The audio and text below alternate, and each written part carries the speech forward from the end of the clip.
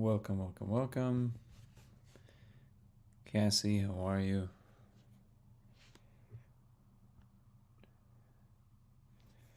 What's up, everybody? Welcome to everybody on TikTok and on YouTube and X and Twitch. This is Simulation Talk 73. Construction Girl. Kelly Manifest, how are you? JJ. I think I need my water.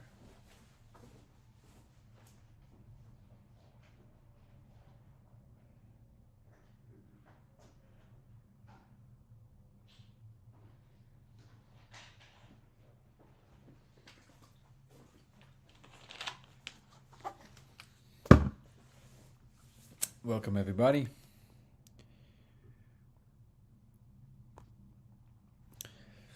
Once again, we're at a late night edition. It's becoming a common thing.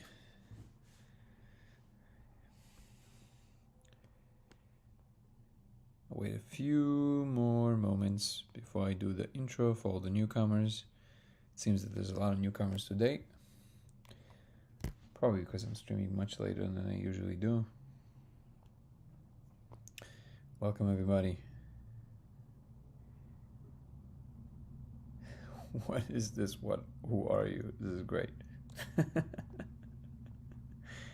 Well, welcome to the Simulation Talk. This channel usually revolves around the simulation hypothesis. My name is Danny, and I'm claiming to have found actual proof we live in a simulation. I've discovered that there's an experiment that anybody can run. I discovered this a few years ago, and then I became vocal about it. And that got some traction, and it connected me with some of the leading researchers in the field. And we're here every single day discussing the experiment, the discovery, the implications, as well as science in general, religion, spirituality, philosophy, God, whatever comes to mind. So, usually I stream a lot earlier than this, but that's okay. Once in a while I gotta do these late night ones, and it's wonderful because I get to engage with the people that I'm not usually familiar with, which is amazing. South Vancouver. Oh, newcomer. I thought you said Vancouver. Which, both are welcome. What's my favorite heavy metal band? Well, probably Five Finger Death Punch. Just because I know Zoltan personally. So I'm biased. Ethan. The Beastness, how are you, brother? So good to see you, man. Are you still in England? Finally, man. Yeah, for me it's like 1:20 a.m. For you it's morning. You're an early riser over there. Yep, 9:20 a.m. It's crazy. What is the experiment? All right, good question. So let's dive right in because I know I have a lot of people here who are not familiar. So I discovered a few years ago that it's actually very simple, surprisingly, but if you project a diffracted laser, which just means just kind of like these barcode scanners, just it's got to be wider, so there's particular specs to the laser that you're going to have, nothing too complex, something you can just buy on Amazon, and you ingest a particular molecule that I cannot really name here because of legal purposes, you will see code running in surfaces. I know it sounds too good to be true and sounds a little bit wacky and too easy, but it works. And we're not talking about some kind of a, kind of like a esoteric thing or seeing through your third eye. None of that. Just a very concrete thing that you can see with your eyes. It's actually kind of mind-boggling how absurdly regular it is in the way that it appears. There's now over 1,000 replications worldwide. And like I said, it connected me with some of the leading researchers in the field. It does not mean that all of them agree with my conclusions or working assumptions, but as far as I know, all the people who disagree with me in the field, they haven't tried it. The ones that did try don't disagree. So that's interesting. In any case, the experiment can be run by anyone. It's super simple. The technical part. The molecule part is not simple because obviously it's not for everybody. And I don't know of any other way at the moment to see the code, but we're working on it, trying to figure out along what continuum we're seeing this. So there's a few experiments on the works. Some involve very powerful magnets. Some involve particular materials like bismuth and other materials that are also created on particular screens that are tempered with magnetic fields. So there's all kinds of fun things. And that's really it in a nutshell. And I've decided about 3 months ago, a little bit less than 3 months, to start engaging with people directly. I started putting out videos a few years ago, and a couple of them went viral on TikTok. And then I decided recently that I want to engage with people more directly so people can ask questions and we can talk about it because I think it's important. So here we are. That is the experiment. Let's see what we got here. Aaron, you're not sleeping either, huh, brother? The life of editors, man. Static helps? What do you mean by that? Joy? Can you further explain how seeing the code confirms the simulation? So that's a great question, Alexis. To be quite honest, this is something that that my partner actually pointed out, that it doesn't all by itself. I later realized that there's a lot of other data points that together, for me, makes it salient that is the most plausible explanation. Apart from the fact that when I'm doing the molecule now, I have a weird computer console that appears for me. But that's very personal, and I don't really expect anybody to take that on board. I released a video talking about that, but really it was more because people asked me to. For a long time, I didn't talk about it because I didn't think it matters. You know, one person, people say a lot of things, so who cares what one person says, right? The reason I was focusing on the lasers because anybody can try it. I can show you, so I don't really have to convince anybody. I can just show you that if you're willing to see. And we're talking about an extremely coherent thing. You can have, I had 15 people in a room, all sitting, all looking at it, all discussing it, agreeing about it. It behaves like a regular, simple physical object. Just think of it like a very like infinitely extending digital clock. And the characters surprisingly look like in the movie, which is very confusing. Kind of looks like Japanese katakana. Looks more like alien language, but it's very similar to Japanese katakana. There's a couple of videos that I put out on the subject that I think touch also on the why this is the most plausible explanation. The short version of that answer is the proposition is not that we live in a computer software, but that the world, what it is at bottom, is computational. And computation has a very particular definition, basically what Alan Turing discovered, and it's a universal function. It's not really arising from the laws of physics. You can think of it as a law of physics.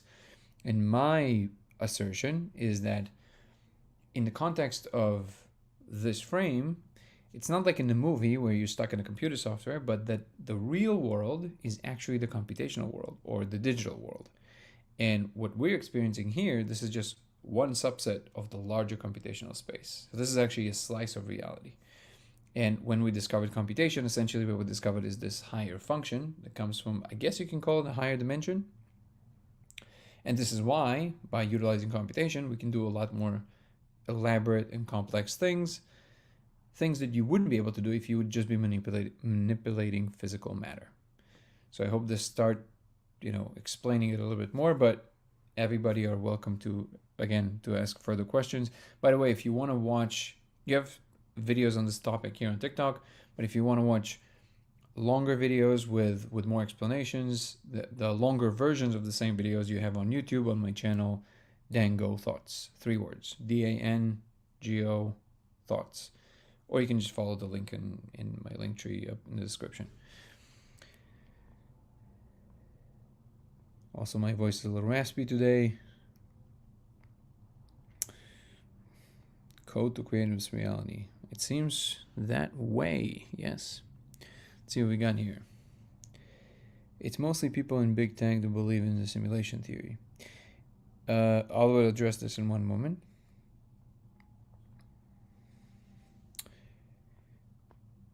Jesus, is that you? Not as far as I know, Emilo. What do you know about the pineal gland? Probably what most people know about it in pop culture. I don't know if you know this. Fun fact: a researcher by the name of John Dean, Dr. John Dean, who's now leading the research in San Diego. Probably some people are familiar with the fact that they have been running extended state studies with the molecule in the Imperial College in London, which means they do it intravenously. They can keep you there for long periods of time. The longest they've done, I think, is 40 minutes. And under the same umbrella, they're starting a research program here in San Diego, which is led by Dr. John Dean. Dr. John Dean, I think it was 4 or 5 years ago, he discovered that we used to think that we only have trace amounts of the molecule in our blood at any given moment or in the system.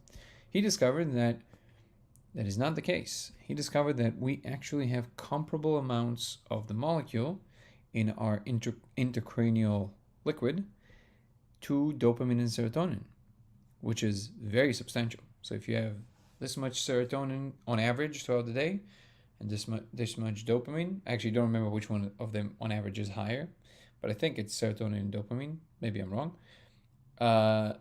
Somewhere in the middle, actually, is how much molecule you have in any given moment. By the way, I'm saying the molecule because I can't really name it since it's a classified substance and they will flag the chat. So if anybody is not familiar, you can just Google the spirit molecule and it will tell you what it is. Our body makes it in substantial amounts, which made him to postulate that it might be the molecule that actually buffers our experience all the time, not just like we thought, when you're born or right before you pass. Is this going to affect the Jerkmate servers? Not sure. That's a deep question, though. Thank you for that question. It's mostly people in big tech that believe in simulation theory. I understand the sentiment behind your comment. It does make sense to think of the fact that every time there was some kind of a what's the word I'm looking for? Dominating paradigm. We always think of things in terms of that paradigm. So when the Industrial Revolution happened, we used to think of everything in terms of engines, machines. So it would stand to reason, I agree that it makes sense, that when we have computers, we'll all of a sudden analyze everything in terms of computation, and we think of everything as metaphors around computation. However, there's strong reasons to believe that with computers, or with computation to be more accurately, it's not quite the same thing, because computers are just an instantiation of an abstraction that is computation. Computation is a function that you can run, and the universe allows for it for some reason. And if you really kind of dive deeper into the details, you discover that even though computation always expresses itself in some form as a physical process, because you need to have some physical system rendering the computation, so you either need logic gates or a less known fact, you can actually run computation in any way. You can actually run computation. I always use the example of you can actually use it with waves. You can have a large pool and you can create waves, and the waves will eventually create a signal, and you can actually compute things this way. I know it sounds absurd, but it is true. It's just going to take forever because it's very slow. Logic gates are very quick, right? So as long as you have the ability to produce an on and off state of any kind, you can combine them together and something can collect these signals, and you can, so to speak, talk to whatever is collecting the signals by sending the binary code, you will create computation. The function of that is not arising from any law of physics. It's completely orthogonal to the laws of physics. In other words, it is a law of physics. So it actually might not be exactly correct to say that we only think of it in terms of computers, because that's the current dominating paradigm. I understand the sentiment, but it seems to be a universal function, and this is what Turing essentially discovered, the universality of computation. And you can technically simulate anything with it, which is partially what Nick Bostrom, with his famous paper, he utilized this point to drive his entire thesis, which is that the chances that we're not inside of a computational environment or a simulated environment are very basically slim to none. If you're not familiar with the philosophical argument, I can recapitulate, but I'm pretty sure most people are familiar. It's something that Elon Musk tends to repeat. Now, I guess what I want to emphasize is that I'm not really putting a philosophical proposition forward. I was never interested in the simulation hypothesis. It was never alluring to me. There's something very messy about it, and it's not really neat. I like when things are neat. In physics, even though things can be very complicated, we are always searching for that simplest expression that can give us the most understanding about what's going on. E equals mc squared is a great example of that, right? Now, when you have the computation theory, when you have the simulation theory, essentially what you're saying is, well, when you get to this point, now you know that all of it is simulated, so it's kind of all up for grabs now. Why? Because who knows why the simulators put these exact parameters and not any other parameters as the basis for our reality, right? It's kind of arbitrary. It can be part of their cosmic joke. Who knows? So in that sense, it's very not, it's just arbitrary. And I don't like things that are arbitrary. It's not satisfying. So I was never drawn to it. I was forced to take it on board when I discovered what I discovered, and I started getting the interactions from the other side, so to speak. I don't want to sound metaphysical in terms of spirituality, even though I can tell you that definitely these elements play a big role in whatever is going on in the whole computational thing. But to keep it, fair to the scientific method, I would say that I'm not really relying on the philosophical proposition. I'm just saying, here's an experiment. You can run it. You can check it. Not for everybody. I'm not condoning the use of substances if this is not something you're already doing. I don't want to drive people to that. But it is just true. So, yeah, you got to kind of weigh those one against another. Okay on YouTube is saying, hi Dan, did you look into the work of Jim Elvidge? I looked into a lot of people recently. Let me try and recall. I highly recommend checking out his book, Digital Consciousness. He has clever use of Venn diagram to explain how a simulation is most probable, a simulation created by consciousness. Hold on. Let me look it up first of all. Thank you for that comment. Let me just look up Jim Elvidge. Why is it not? Yeah. Okay. So, from what I understand, and this is what I was just saying, that I'm not really relying on the philosophical propositions, nor, to be quite honest, I'm not that interested in them. I feel like philosophical propositions can inform some progress, but I do feel like unless you have some experimental data, it's kind of, it's more entertainment than anything else. I did look into some of his stuff. I do believe that most of the stuff that he's using is borrowed from Nick Bostrom. I don't know if you're familiar, but he's basically kind of the first person who truly, in our modern time, articulated the most coherent case for why the simulation is the most plausible. And it essentially has to do with things that we already know for sure to be true. In other words, we know that computation is possible. That's one. We know that we can create simulations ourselves. That's two. And the fact that we know that people sometimes say it's because of Pareto law and not Pareto law, because of Moore's law that the computation always doubles in power every few months. The truth is that it has nothing to do with how fast it goes. It doesn't matter. It can go even in a million years. In terms of the universe, that's nothing, right? So it doesn't matter how fast it goes. The fact is that we know it's possible, and we know for a fact it's going to keep getting better. And even now, you can have things like Meta created. Thank you for the gifts, the business. I appreciate you, brother. Even now, Meta created. They solved the skin problem, which was one of the biggest problems in virtual reality. So we already have these tools now. So it's just a matter of time before we decode the brain, understand how we perceive the senses, and we can trick the brain to perceive senses not from something that is what we call physical, but you can embed them into the digital environments. A book I do highly recommend, actually, that is not true. I don't highly recommend because I've never read it. Um, but I saw an interview with David Chalmers. I can't know if the book is any good, but the idea in the book, it's called Reality Plus. The idea in the book is he's trying to decouple the notion that the word simulation means fake. It does not mean fake. It never meant fake. It just means computationally rendered. And if there's a conscious agent in any software that can experience whatever it is, that is reality. That is real. If you can feel pain, love, whatever it is, you experience things, that's reality. It makes no difference how it comes about. In fact, if you think about the movie The Matrix in terms of just like, pure philosophical terms, the movie doesn't make any sense. I love the movie.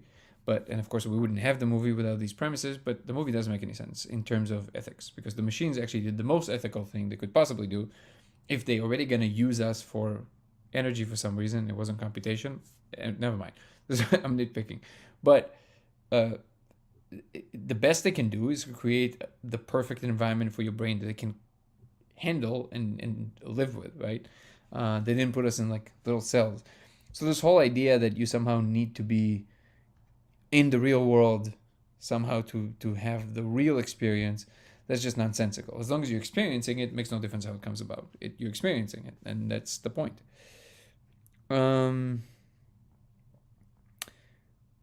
Is how create video games with code. Beings in high dimensions have also used code to create this reality. Yes.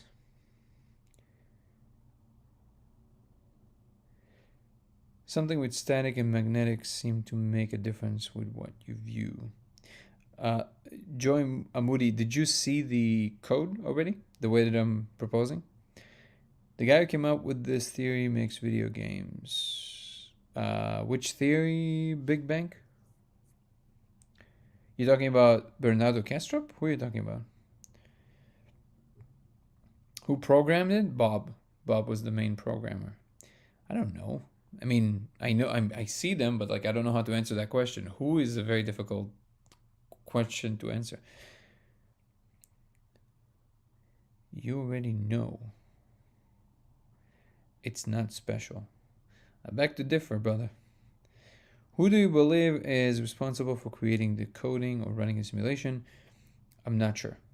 It seems that they're doing it because they're trying to understand why everything exists, but I can't know for sure.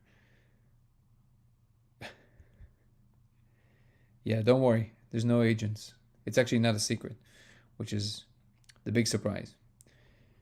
It's just a matter of intelligence. Can we understand? Oh, you're the agents. Nice. All right, come on board. See what happens. Block universe, what about it? A point in time is just a destination. Nice.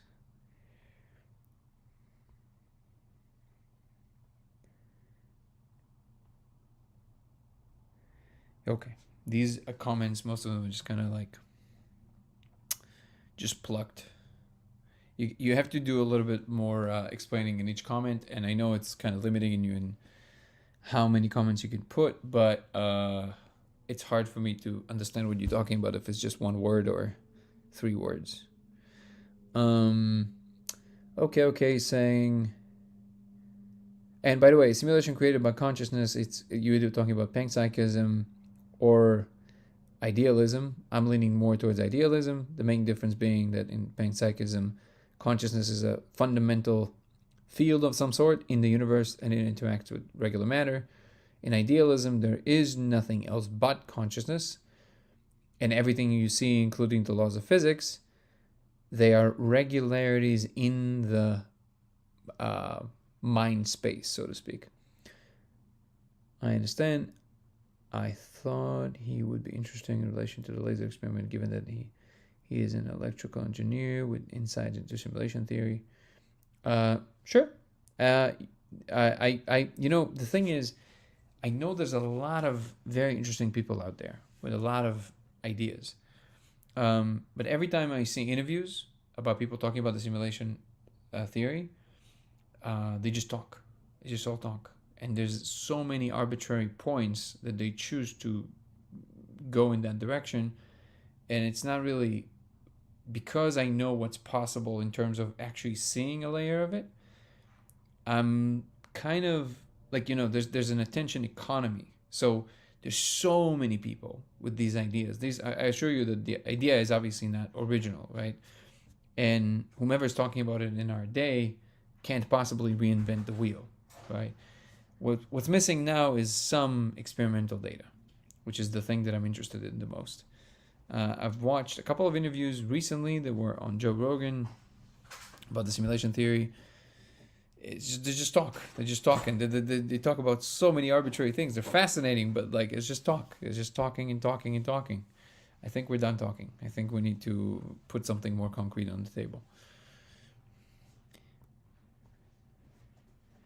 So if it's a simulation, are there multiple verses of said simulation? Yeah, it's basically simulations and top of simulations and upper simulations. The whole thing is a computational system. But there's okay. Just to it's so funny to say it. Just so you know, I do appreciate people bringing these people to my attention, but usually if it's just a theory and they don't have like some theory, the fact that he's an electrical engineer is great, but unless he has a specific thing to say about how to probe into it, it's the same. It's just repeating. You have what's his name? My Big Toe. What's his name? Campbell, right? Thomas Campbell. He's kind of like the most known person in that space that worked with Monroe. He's a scientist, and he's proposing some kind of a frame to work with. Donald Hoffman is another person who's proposing some kind of a frame, a mathematical framework to work with. They managed to derive space-time from starting from consciousness, going from there. These things are interesting because they're actually implementing some things that we can potentially do things with. I don't know enough. I only watched on the surface. With Jim, but again, attention economy. There are only so many hours in a day, and it's very difficult to keep track of like all the people. I believe in the process, and whomever's supposed to show up and be a part of this project, they'll find me. That's my way of looking at it. Let's see.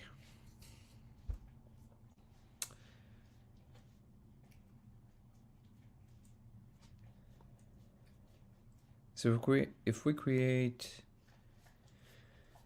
how can I create spaceships and advanced technology and light? That's brilliant.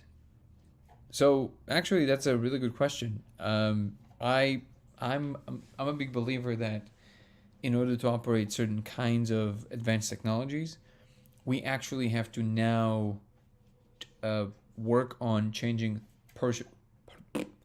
portions of our qualia, of our consciousness, and I think this is why you see such a big uptake in the whole awareness of the spiritual pursuit to different degrees.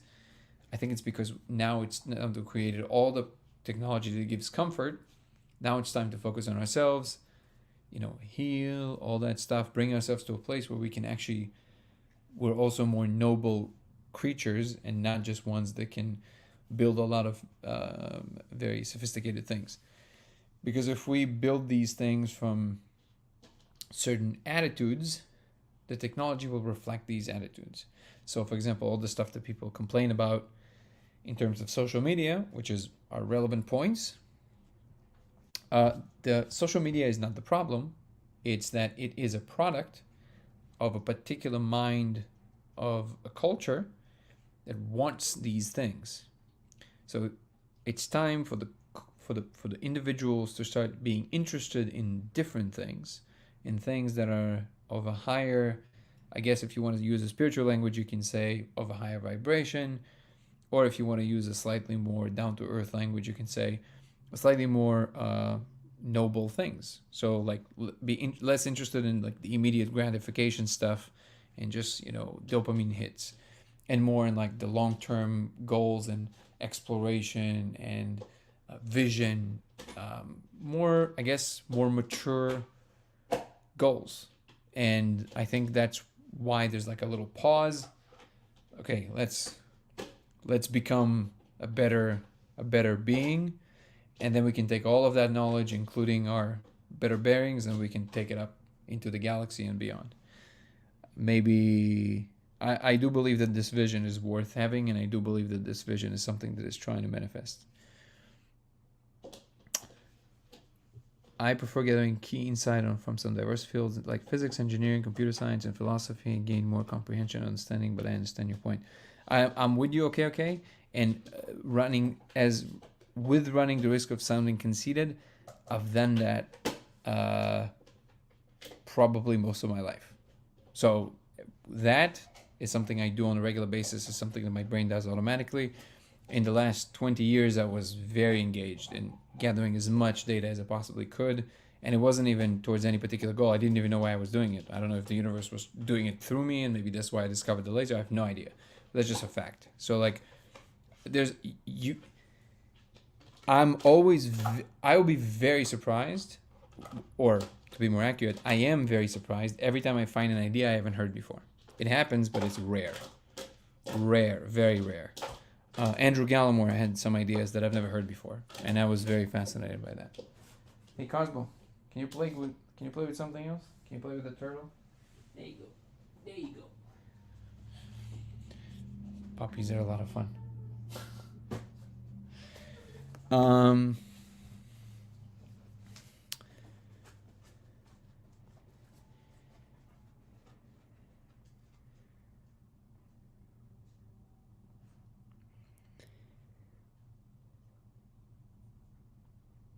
How do I feel about the double slit experiment, particle collider? So those are two separate things. I would assume that you meant them as separate things, right? Twitch sent a message. Cheap viewers on, and then they give me an address. That's really funny.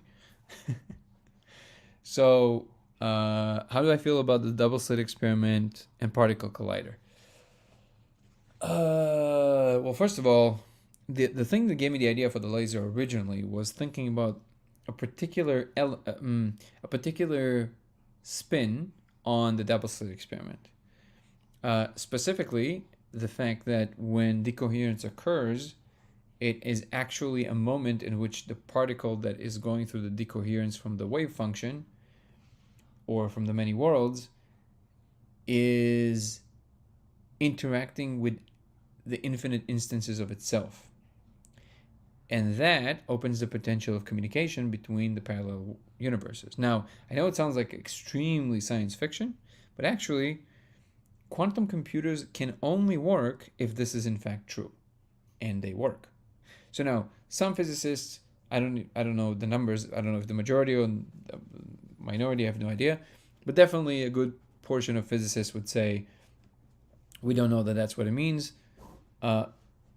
David Deutsch, who is the father of the Deutsch equations, which allowed us to build quantum computers, is very much on the side of saying, no, this is the only logical conclusion you can follow.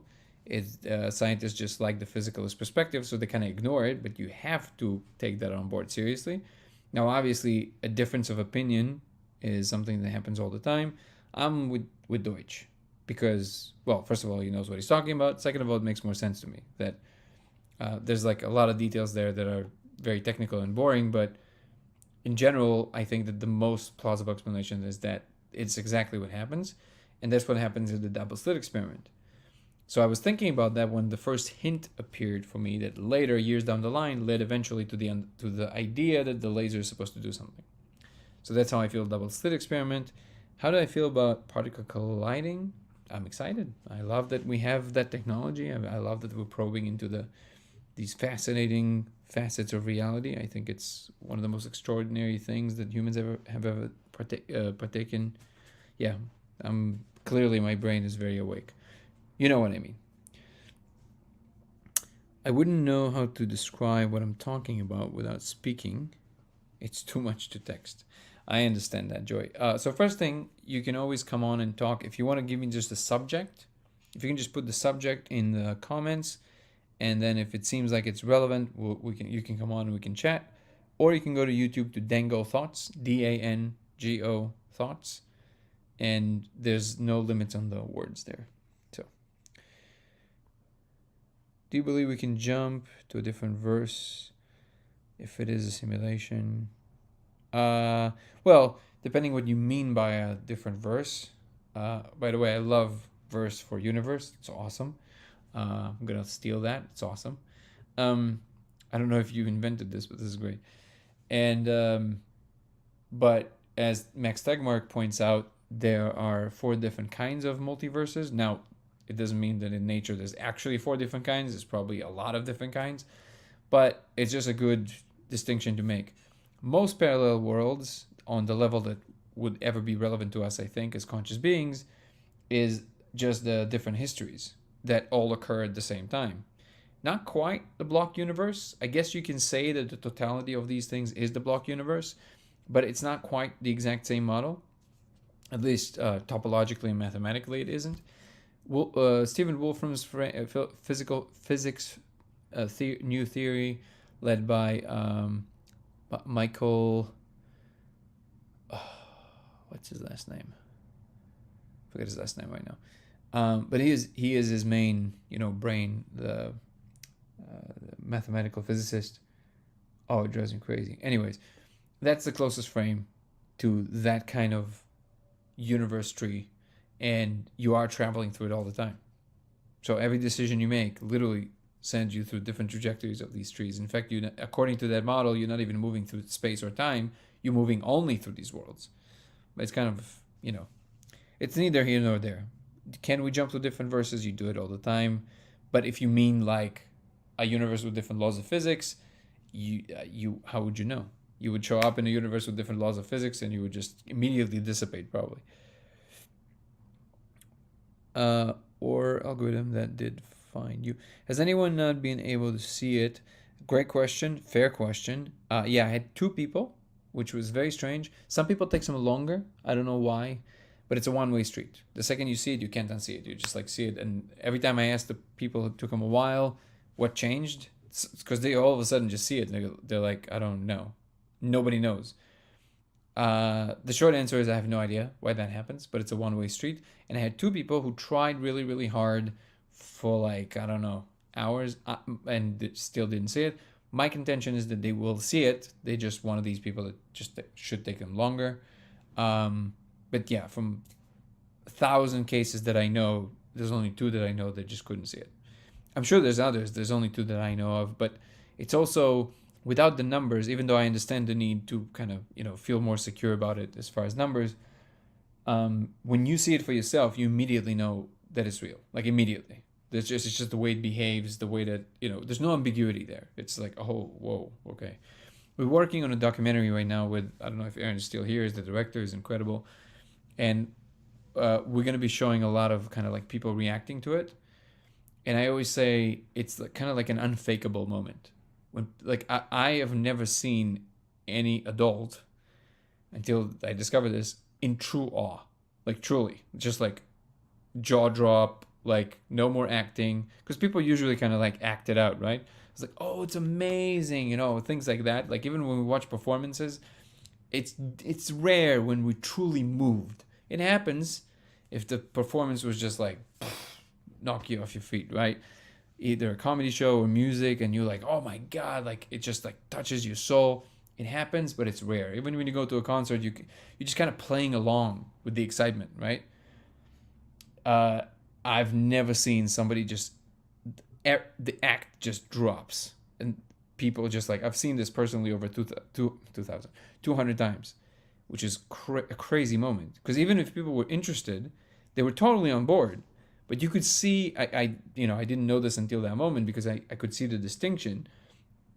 It was an acted out excitement until they saw the code. And then they just like, what is that? Like, people are just like, what? Like, they just go nuts.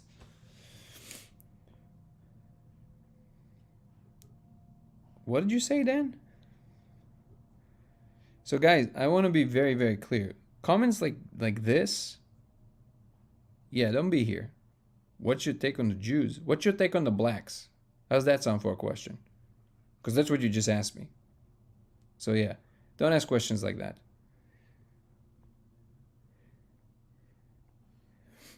Your hair is very nice, my guy. Thank you, Crystal Dreamer. There are people just like us. What do you think about indigenous people? Ever date black guys? I don't date guys, but to be honest, I don't really. It's funny because I'm not. I wasn't born in the U.S., so it's not. It was never like on my radar. The whole like differences in like how people perceive each other in terms of race. It was never really on my radar. It's kind of funny. To me, it's kind of funny that people like make it into a big deal. I don't know. I never look at my black friends and think, oh, he's my black friend. I was like, no, it's just a person.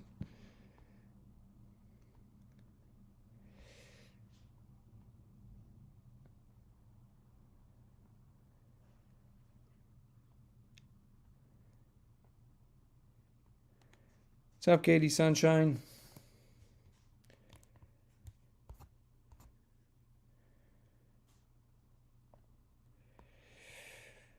Oh, music, no, but dates.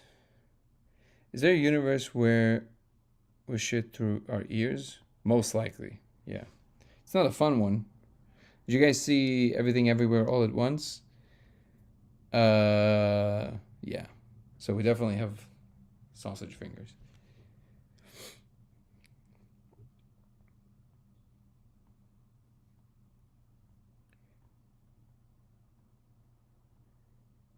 What codes are relevant? I see words backwards, diagonal, blue. Wait, upside down. Are you saying what you saw in the laser, or are you asking me? What would you do if when you okay? So you said yes. Wait. What would you do if when you okay? So he said yes would go. I don't know what that means. Sorry.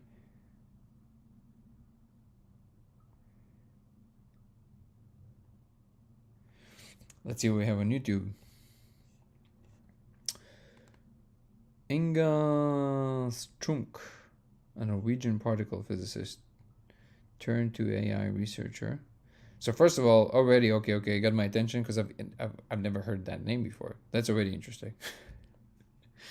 AI researcher is a proponent of simulation theory. It's fascinating how interdisciplinary minds like hers are convinced by this concept.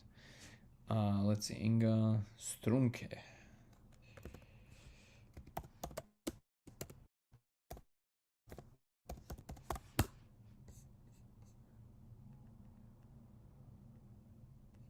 Theory. Oh, she looks like she's no nonsense, man. Let's see. Theory.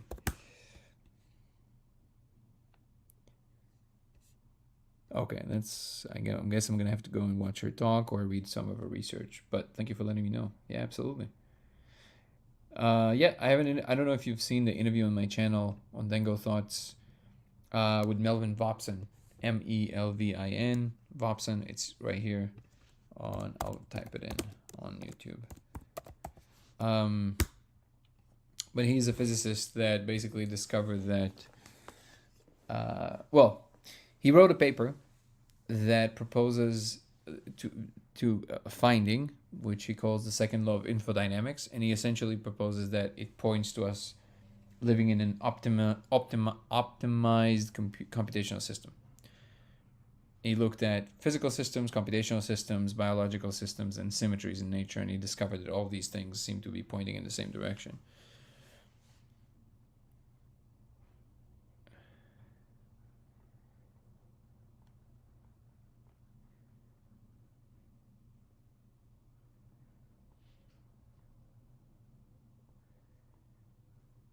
Passed the Essence exam. I don't know where I passed it, but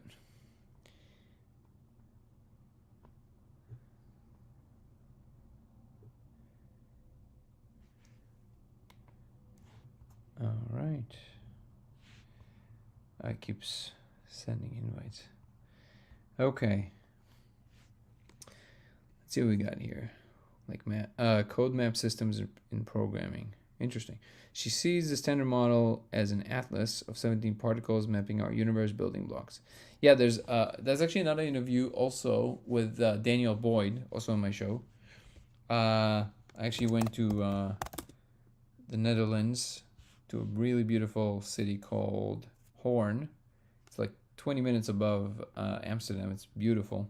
And we sat in a 600-year-old church that was converted to a bar, and we had this conversation. And he's a researcher that also postulates that information has subatomic, like fundamental particles, just like atoms do.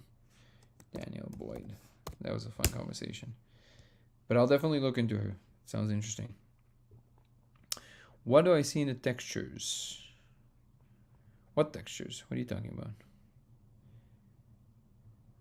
You mean in the laser?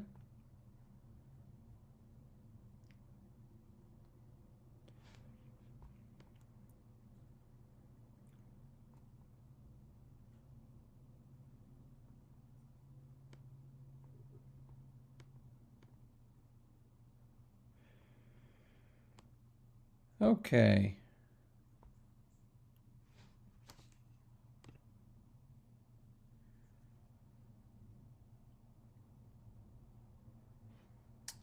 Let me see something here.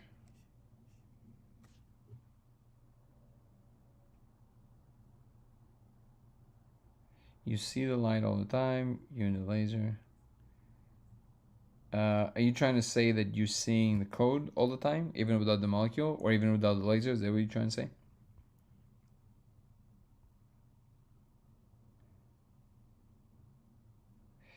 I also see people and they can direct you with their eyes, arms pointing in a little suggesting. Again, I'm not sure what you're saying. Are you saying in the laser, without the laser? Are you saying that you see ghosts? I'm not quite understanding.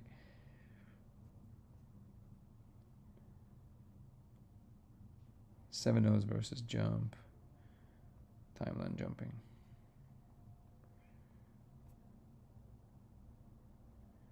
Interesting. And how do you see it? You see it just on surfaces all the time without any substance or anything?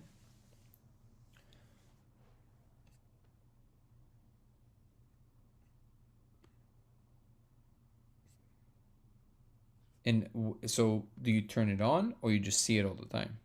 Can you give us a little bit more details on that?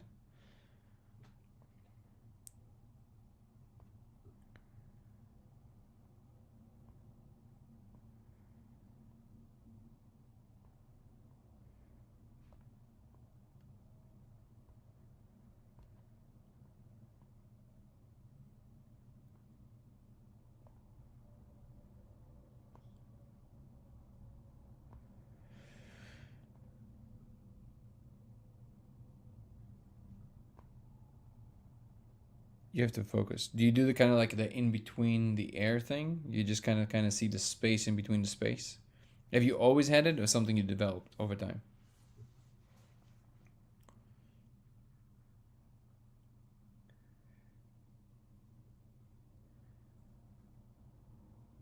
It's a state. But how do you bring the state about? Is it just kind of like getting tired? It just comes about, or you can invoke it? Let me see. Inga Strumke.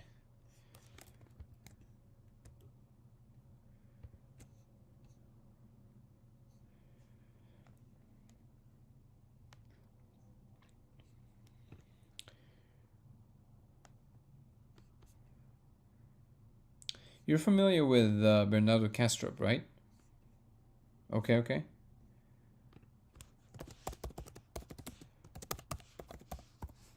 And Donald Hoffman, right?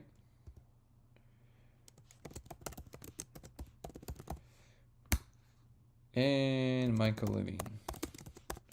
3 people I highly recommend to look into. Staring for a while, the light increases in power. Interesting. So again, this is something you've always had, or you kind of had and then you had to develop it and now you kind of know how to operate it. Say more. It's interesting.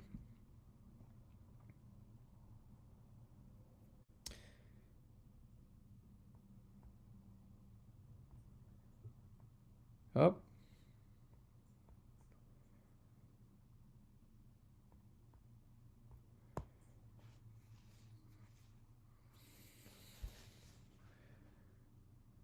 That's amazing. So do you feel it's like a, what do you call it? Do you think it's a spiritual ability? What's your impression of what that is? The content of what you're seeing, what does it feel like? Does it feel technological? Does it feel spiritual? You know, part of what people call the awakening. What does it feel like to you? What's your intuition? Because I'm seeing more and more people that are kind of aware of certain things, and it's becoming more and more common. Like very straight, straight shooters. They kind of talk about that stuff. It's kind of interesting, even without the molecule. Dr. Castro, thanks for the tip. We'll definitely look into it. Yeah, so and Michael Levine you've heard of? Okay. Am I a Christian? Nope. I'm not any religion. Are you a Christian natist? The natist? Kastrup is essentially a computer scientist and a philosopher who kind of, I think, is doing the best job at reviving the idealistic perspective, which is that the mind is fundamental. And he has a lot of very coherent arguments there. It's a map to find something. It's an answer to a problem. It's to find people its plans on. Interesting. And do you find these people? Aliens. Building things. Have you ever built anything with it? What's up? Take a little trip with me. About the laser. What about it? Sent you a message so it would explain it better in longer text. I appreciate you, Joy. I will check it out. By the way, everybody can also email me. If anybody wants to chat a little deeper, you can always email me to lasersimulationx@gmail.com. Once again, it's lasersimulationx@gmail.com.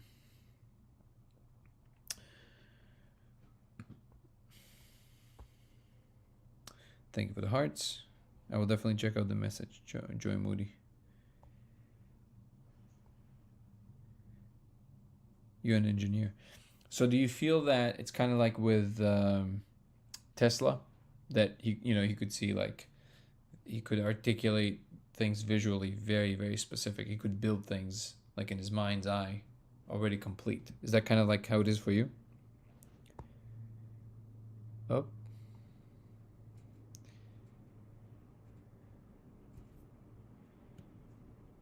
Take a little trip with me. So what about the laser? Because I just see the comment about this laser. Messy.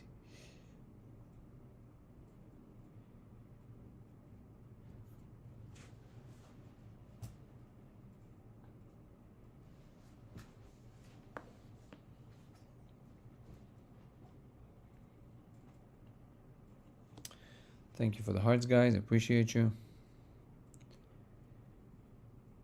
This might send more people our way. To all the newcomers, whoever is just joined, feel free to ask if you want me to reiterate what we're usually talking about. If you don't, I'm assuming that you know, or it doesn't really matter to you, so I won't. But if you do, then I don't mind repeating it.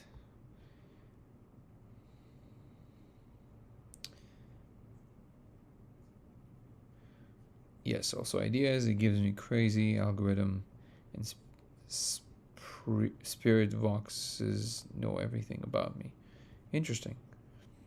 Do you ever, real question, do you ever talk about this stuff to fellow engineers, like people who are more technical, or do you feel that that's a hazard? And it's just gonna brand you as something, and people are not gonna take you as seriously, or are you open about it? Have you ever not seen the code with the experiment? Me, no. I saw it right away. The second you see it, you can't really unsee it. I keep forgetting the business because I know we interact a lot. So, but I am kind of confusing people sometimes in terms of what they told me. Did you say that you see some kind of a code? But just without the laser, just on molecules sometimes? I don't remember if you said that.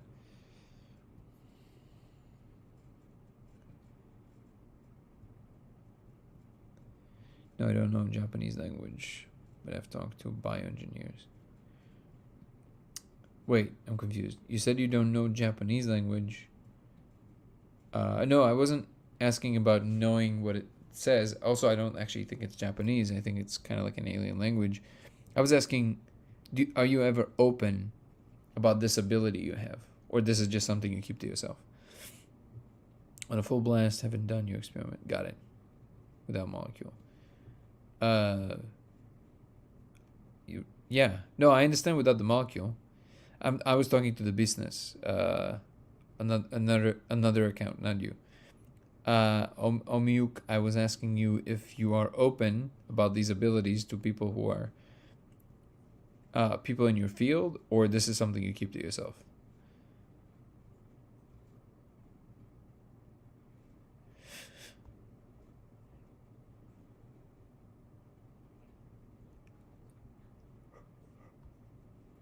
Whew. These light ones are.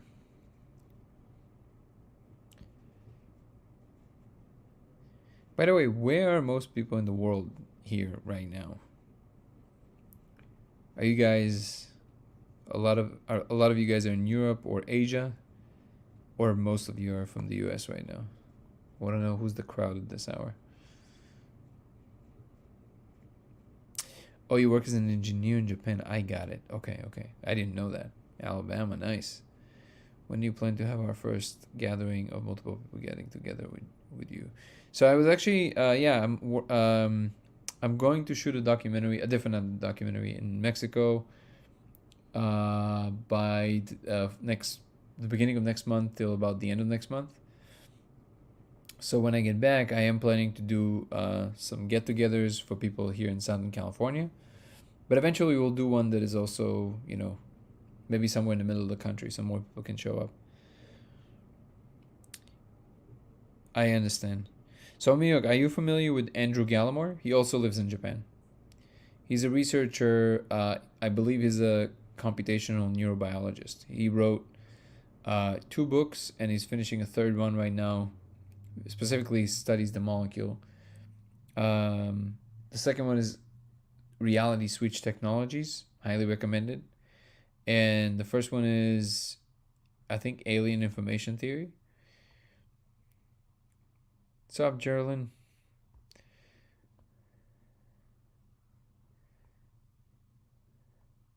San Diego, nice. Yeah, so John Dean is also in San Diego. Wait, so now you're in San Diego and you used to be in Japan? Funny. What city in Mexico? I think Mexico City. I don't remember, they're just flying me out there. I think Mexico City, yeah. New Mexico, nice, Kelly. I love New Mexico. There's something very special about New Mexico. Yeah, Andrew Gallimore, highly recommend you check him out. You live in both. Yeah, so Andrew lives in Japan and John Dean is in San Diego. So 2 key researchers in the molecule research field, and you live in both places. Amazing. And what kind of an engineer are you, by the way? Electrical, software, what kind? Mechanical.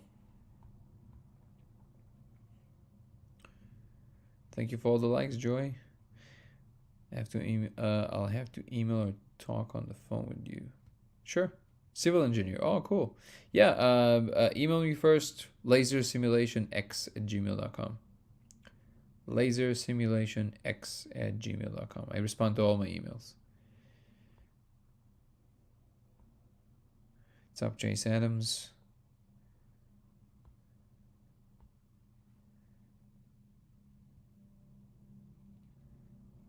Oh, by the way, to all the people that are also on YouTube, if you don't mind giving the live a like, definitely helps the algorithm. I appreciate you. Also, same goes for X and Twitch, if you guys are on there.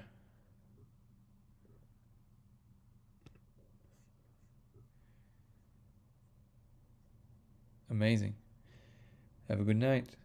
And yeah, I think what's up, Chucky? I think I will also what's my channel about? Usually we talk about the simulation hypothesis.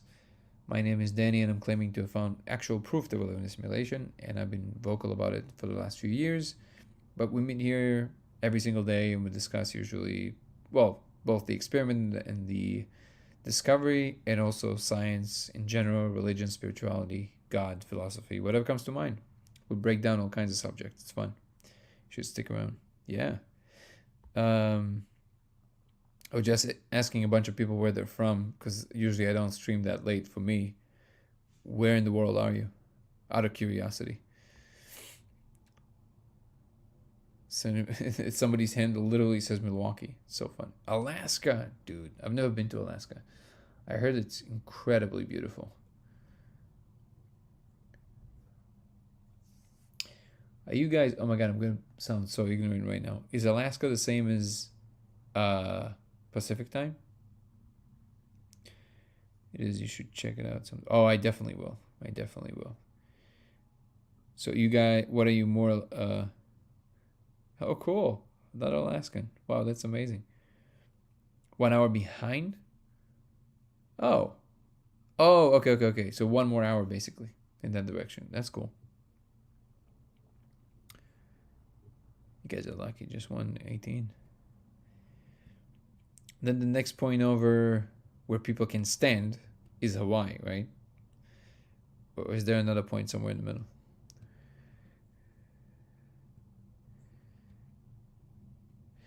So yeah, you guys kind of joined, unfortunately, kind of like at the tail end of the today's live.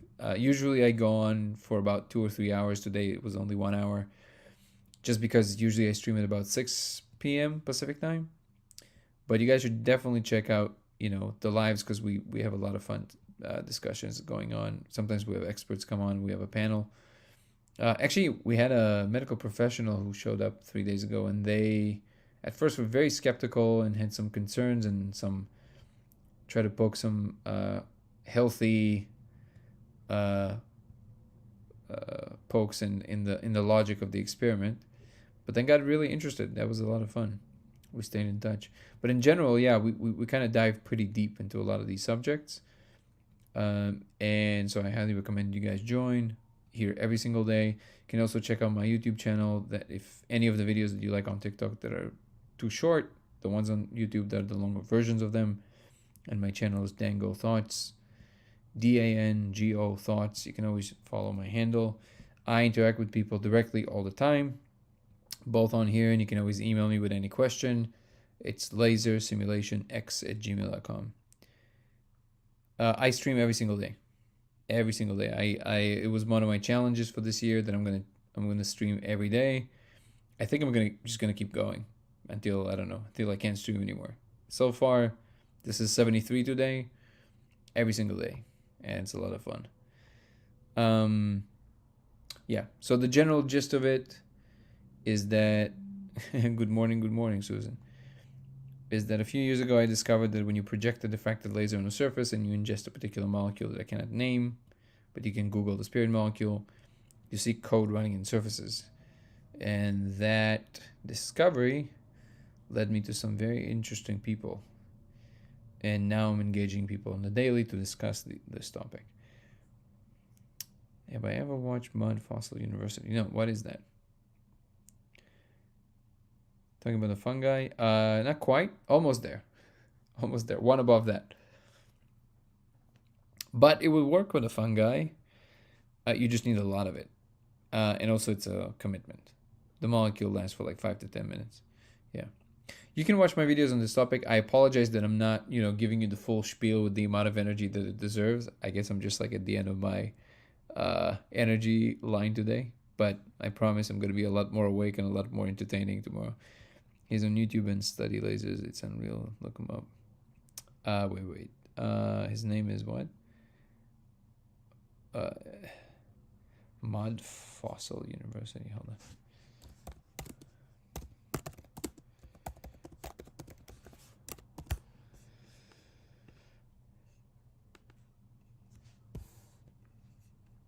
Oh, it looks super interesting. So he does like a lot of fossils. Interesting. Yeah, that looks super fun. Thank you. Totally, I'll check it out.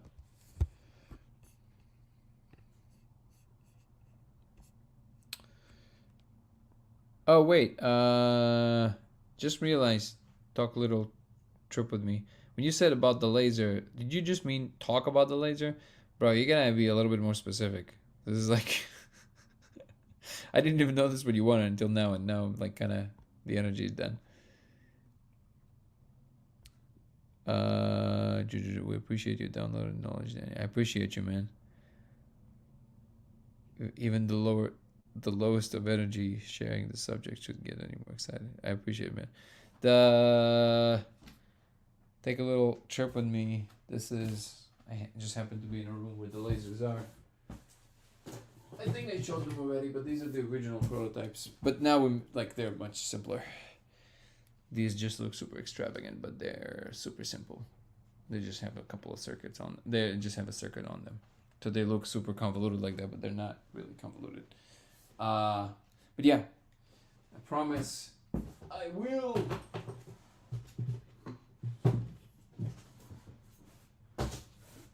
Be in a more entertaining mood tomorrow.